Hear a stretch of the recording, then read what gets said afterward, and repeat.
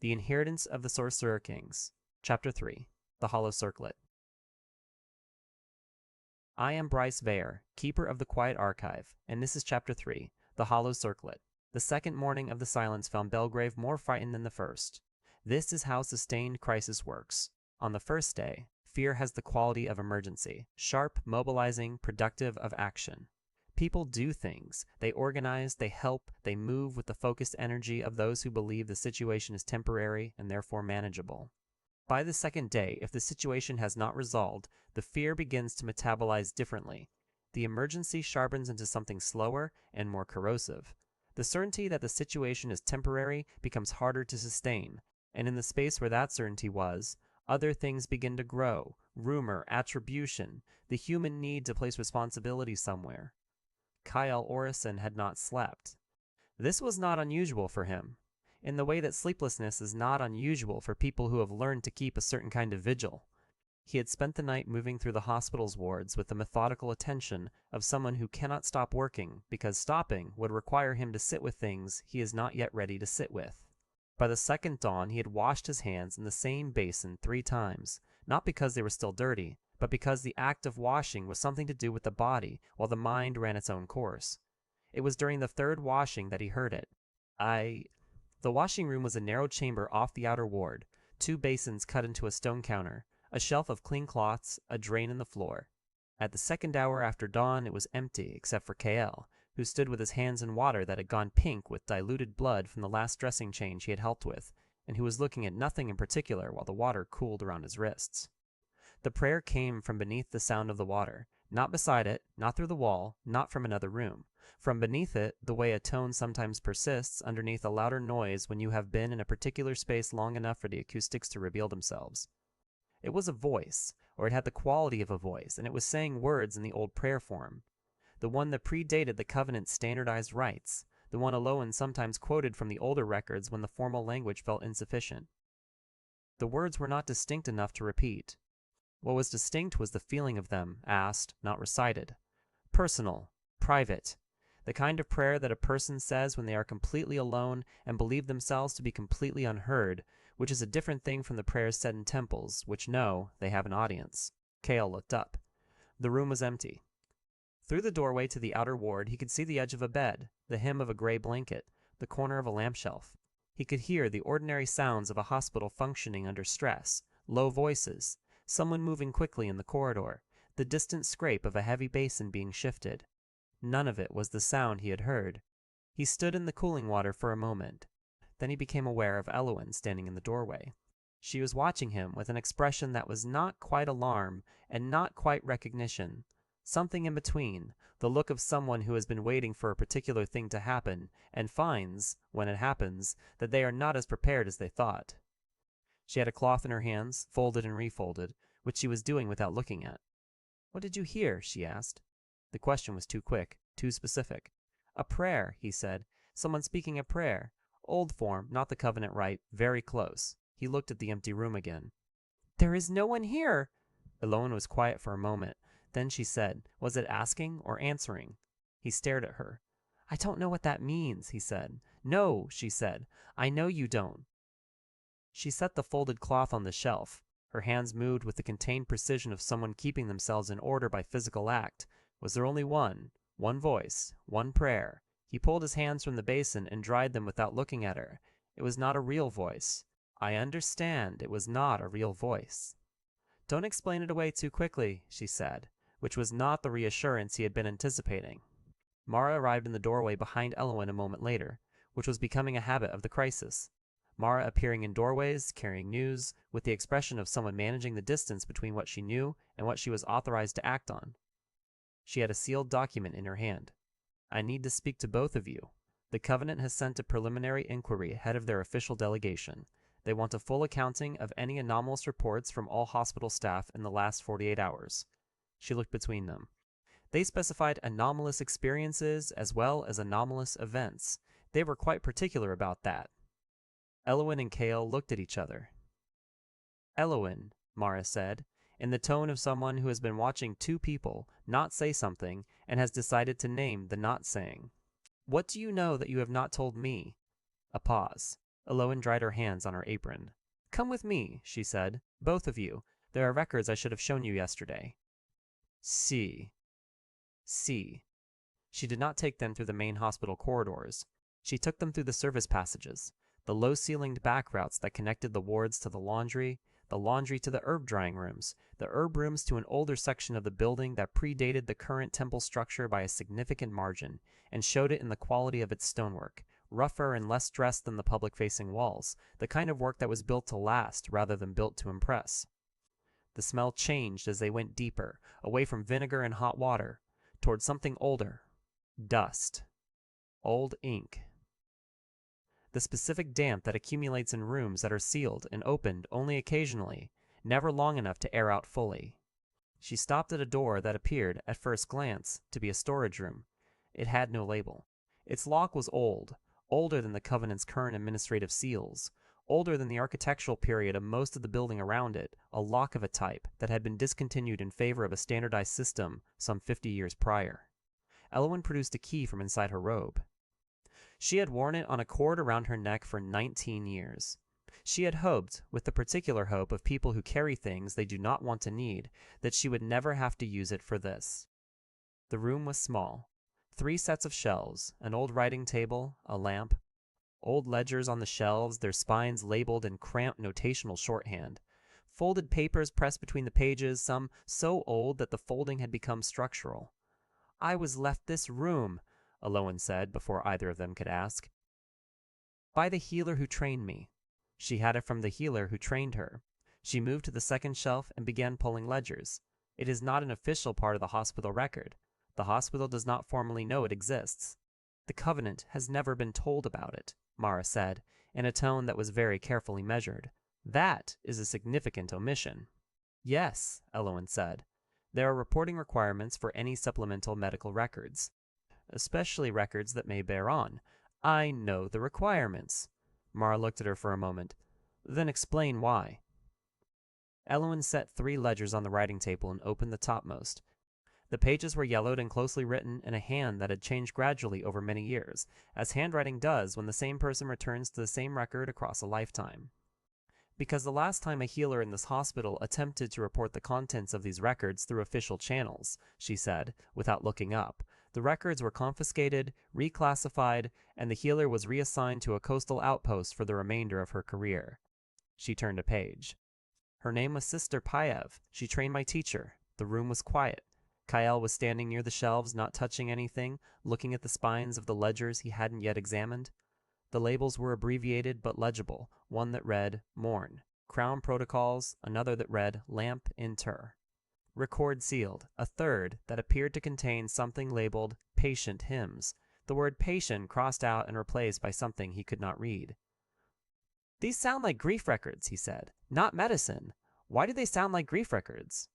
Elowen looked at him then.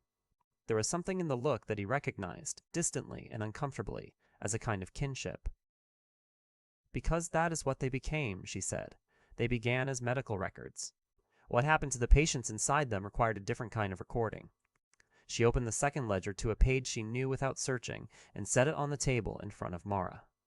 The page listed dates, patient identifiers, treatment notes, and outcomes in the standard hospital shorthand, but the treatment notes included, at intervals, entries that did not fit the standard categories. Phrases like lamp unanswered, right attempted twice, patient prayer sustained beyond treatment period, and, in one entry that had been written and then circled and then annotated in a different hand, healer notes divine channel appears absent, not failed, absent. Mara read the page without speaking. How many records like this exist? She asked finally. In this room? Enough. Elowen closed the ledger. What matters is not the count. What matters is the pattern. The pattern says this has happened before, not in living memory, not in anyone currently working in this hospital, but before.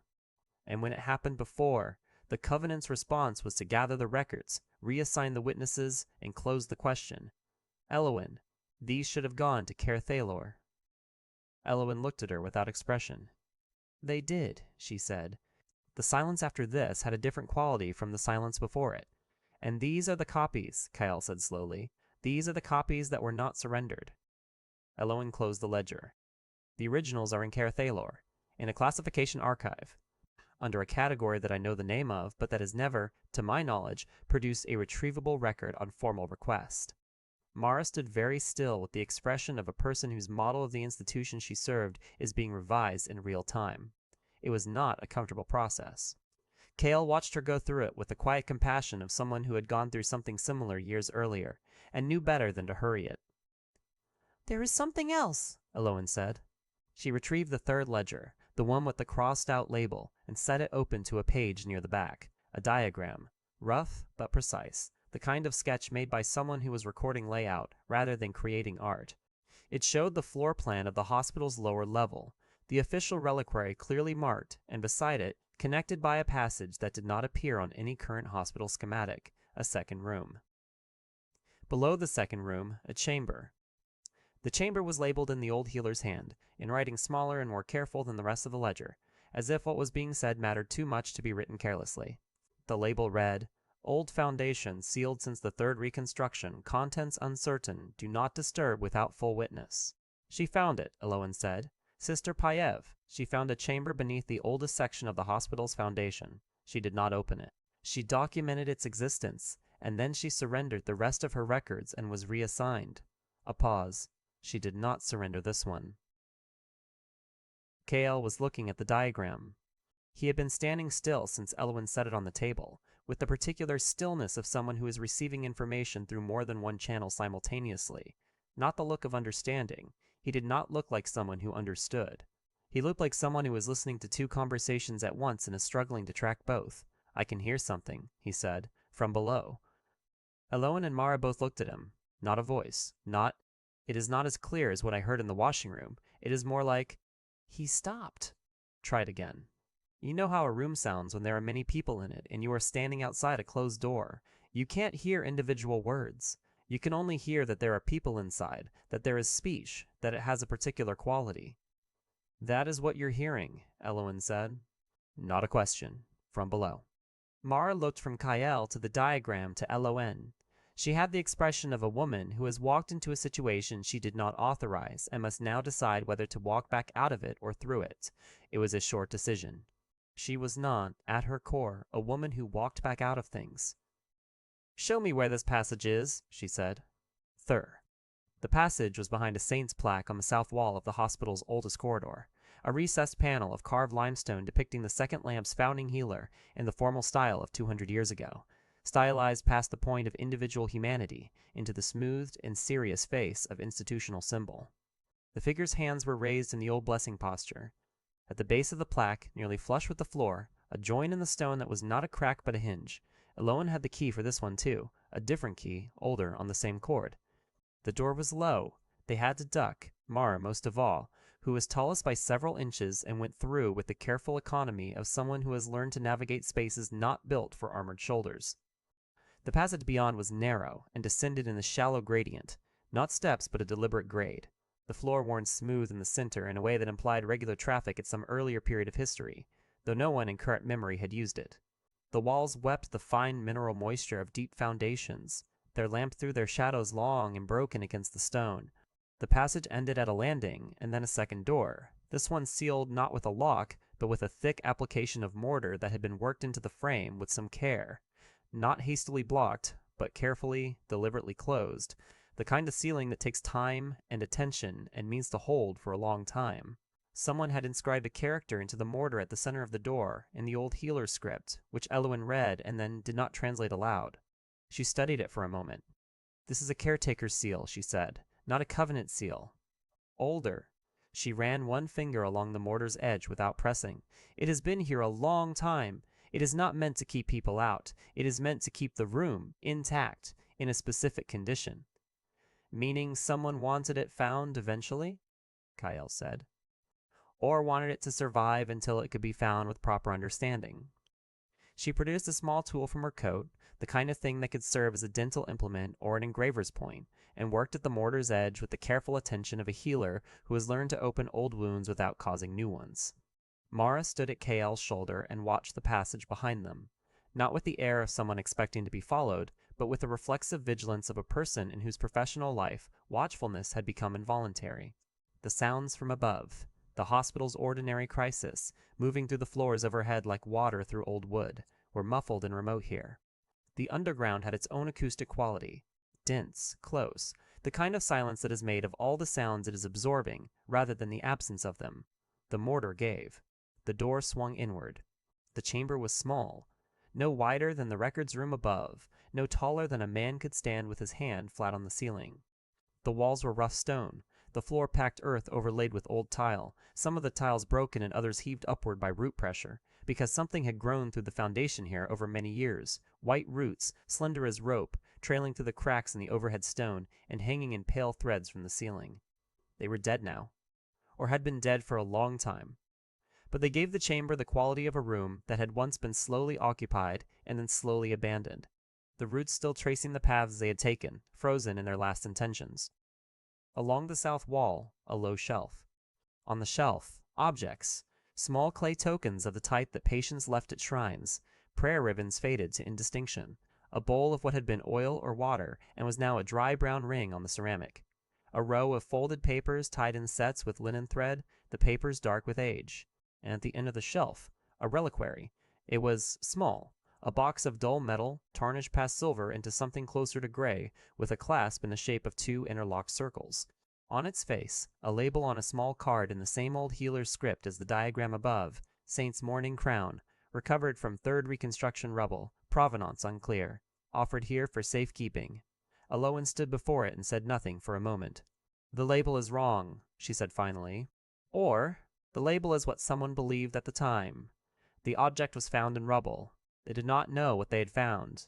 They called it what it looked like." "How do you know?" Mara asked. "Because mourning crowns are funerary objects. They are not stored under care seals with precautionary inscriptions." She crouched to look at the reliquary at eye level without touching it. "Mourning crowns are placed on the dead and buried with them. If someone found one in rubble and preserved it, they would have placed it in the main reliquary, not behind a sealed door in an undocumented chamber." She stood. Whatever they found, they had enough understanding of it to know it should be kept away from the main reliquary. That was all the understanding they had. Kyle had not moved from the doorway. The sound from below, the layered murmur he had been tracking since the washing room, that quality of many voices in a space beyond a door, was noticeably stronger here. Not louder in the way that sound is louder when you are closer to its source, but denser, as though proximity was adding texture rather than volume. He was standing with his arms crossed and his hands gripping his own forearms with the controlled grip of someone trying to keep themselves organized against a pressure he could not name. "What do you hear?" Elowen asked, watching him. "Many," he said, "many voices, all at once." "None of them. I can't make out any single one. It's like—" He stopped. The expression on his face was one she had not seen on him before. He was not a man who showed difficulty in his face. "It sounds like the hospital," he said, "but old. All the prayers this hospital has ever received. All at once." He looked at the reliquary. Mara said, "This chamber should have been on the temple plans, even sealed. All spaces beneath the hospital structure are supposed to be." "Not every room is built to be found," Aloan said. "Some rooms are built to wait." She reached for the reliquary clasp. "IV. Don't touch it yet," Kale said. "Please." The word please stopped her. Not the instruction. Elowen was not a woman who was stopped by instructions, but the please, which he used so rarely that its presence indicated something about the weight of what was happening. She looked at him.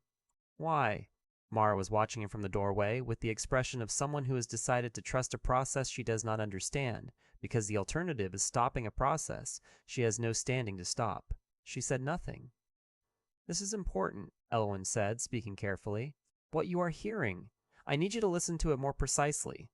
Before I open this." She crouched to Kale's eye level. "Is there a single prayer among all of them? One that is clearer than the rest? One that is more recent?" He closed his eyes. In the washing room, the prayer had come briefly and then stopped. Here it was continuous, a chorus of address that had no interval, no pause, no end. Prayer as geology, as accumulated sediment, each stratum deposited over the one before it, until the whole became inseparable. Individual pleas dissolved into a medium that contained and preserved them without isolating them. He reached through it trying to find an edge, a seam, a single voice that was not also all the others. One clarified. It was above them, in the hospital. Someone in a ward above this room praying in the old form, the personal form, the kind of prayers said in the dark when the formality of the covenant rite had failed, and all that was left was the bare request. A patient. He could not name them. He did not need to name them. He could hear the specific grain of their desperation. A woman, possibly, or a man whose voice had the quality of someone very frightened and very tired. The particularity of a person addressing something they were no longer certain was listening and unable to stop. "Someone above us," he said. "A patient. They are praying right now." Alowan opened the reliquary. The clasp gave without resistance, as though it had been waiting for the right occasion. Inside, on a bed of what had once been cloth and was now mostly the suggestion of cloth, the structure still holding its form but the substance gone to shadow and fiber, lay the hollow circlet. It was not large. The diameter of a crown made for an adult head, give or take. A continuous band of pale metal, not closed completely but open at one point, the ends curving away from each other without quite touching, like a question that had been shaped into a physical form. The metal had a quality that Kael, looking at it from the doorway, could not resolve into a single color, pale gray, or very dark silver, or the particular non-color of something that does not take light the way ordinary things take light. It was not glowing. It was not warm. It was simply there, with the quiet density of an object that has been in one place for a very long time and has become, by its long presence, more itself than it was when it was made. He said, "Do not ask me to." He touched it.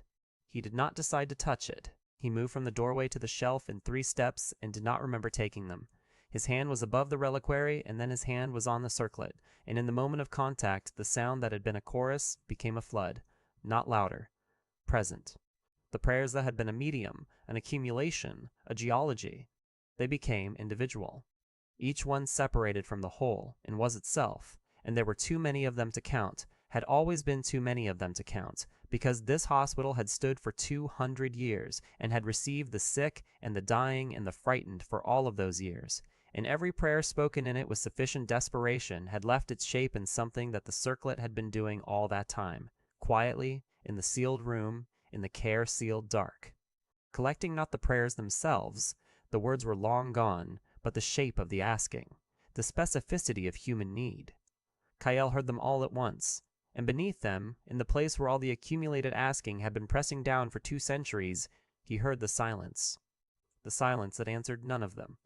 The enormous, patient silence of something that had been asked and had not responded, and had been asked again and had not responded, that had received all that supplication and given it back nothing, and had done so not from malice but from an absence that was its own kind of presence, its own kind of weight. He had prayed in that silence once. He had been 17, and his mother had been dying, and he had prayed in a room not unlike this one, dark and close and smelling of illness, and the silence had received his prayer exactly the same way it had received all the others stored in the thing that was now cold in his grip, completely and without answer. He heard his own prayer in the accumulation. He recognized it the way you recognize your own handwriting in a pile of documents, not by reading it, but by its shape, the specific weight of it. It had been there for 16 years, perfectly preserved in the same medium as all the others. He sat down heavily on the floor. "Kael," Mara said sharply from the doorway. And then she crossed the room in 3 strides and crouched beside him, her hand on his shoulder, which was the gesture of someone who has stopped calculating and started acting, which was the most instinctively herself she had been in 2 days. His hand was still closed around the circlet. He had not dropped it. Alowan, standing over him, could see that he was conscious. His eyes were open, tracking, the color was strange in his face, but he was present, and she could also see that whatever he was hearing was not stopping. A voice beneath the flood. Not a patient's voice, not a healer's voice, not any voice that belonged to the 200 years of this hospital. Something older and not located in any specific body, and not angry and not kind, simply present in the way that old things are present, the way the bedrock is present under the soil, unarguing. It said, "Belief has weight. Let it fall." Kael looked at Alowan. His expression was not heroic. It was not awakened. It was the expression of a man who has just had the walls of a room he had thought was sealed opened to him from both sides at once, and who understands, with the specific clarity of someone who has no remaining capacity for self-deception, that he cannot close it again. "I don't want it," he said. "I know," she said. "Take it back." She looked at the circlet in his hand. "I cannot take it back," she said. It is not a thing that goes back. V. They stayed in the chamber for long enough to be certain that Kyle was not going to collapse, and that the hospital above them was not, at that exact moment, in active crisis. Then Elwyn helped him to his feet, and Mara swept the room with her lamp, looking at the shelf objects and the prayer tokens and the folded papers with the systematic attention of someone who is memorizing what they cannot remove. She was building a record in her head. It was the kind of thing she did without being asked, and without commenting on, and it was one of the things about her that Kyle had noticed without naming. On the way back up through the passage, Mara said, from behind them, "The circlet has to be surrendered to Covenant authority." Her voice had the flatness of someone stating a requirement they would prefer not to state.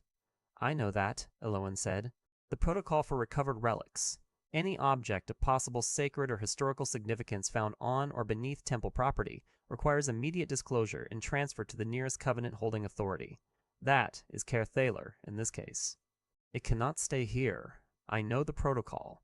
Then you understand that whatever Kyle experienced in there, that does not change the requirement. If anything, it changes the urgency. If the object has responded to a person, if there is a bond event, or what resembles one. If we surrender Kyle to the Covenant along with the circlet," Elwyn said, "which is what a bond report requires, they will do to him what they did to Sister Payev's records. They will classify him. They will relocate him somewhere he cannot speak to anyone, and whatever he just heard in that room, whatever he now carries, will go into the same archive as the other things that have been inconvenient for institutional coherence." She did not raise her voice. She did not need to. "That is not care. That is containment." Mara said nothing. The passage was very narrow, single file. Above them, the sounds of the hospital had grown, the second morning of the crisis producing a volume of need that the first morning had not yet accumulated. Someone was calling for water with the specific insistence of someone who has been calling for a while and is no longer expecting an immediate response. Kyle, ahead of them both, stopped walking. "I don't want to be chosen," he said. He said this to the wall of the passage rather than to either of them, which was the posture of someone who is not asking permission and is not requesting sympathy and is simply saying the true thing in the hope that saying it will establish it as ground. "I have spent 16 years ensuring that I was not chosen for anything. I owe nothing to anything that calls itself sacred. I have verified, at personal cost, that the sacred does not operate on the basis of what people deserve." He turned then, because the passage was too narrow to address the wall indefinitely and still be understood. "I don't want this." "Good," Elwyn said. "Chosen people are easier to use." He stared at her. "If you did not want it," she said, "then no one can tell you the object selected you for a purpose, and you therefore have obligations.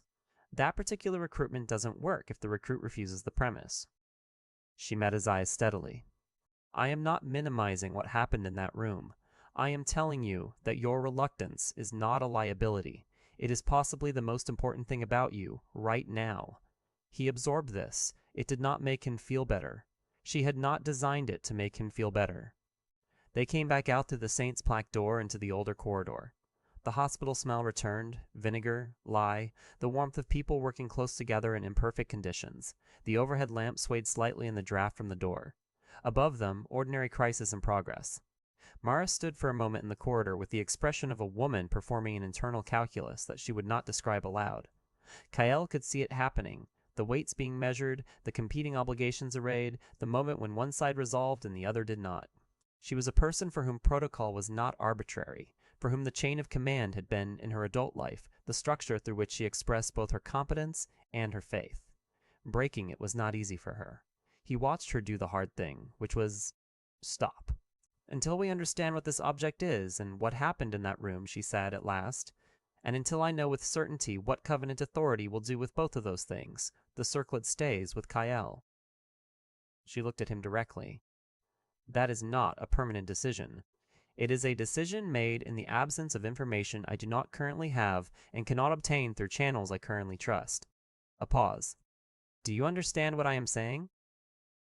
"You are saying you don't trust the channels," Sale said.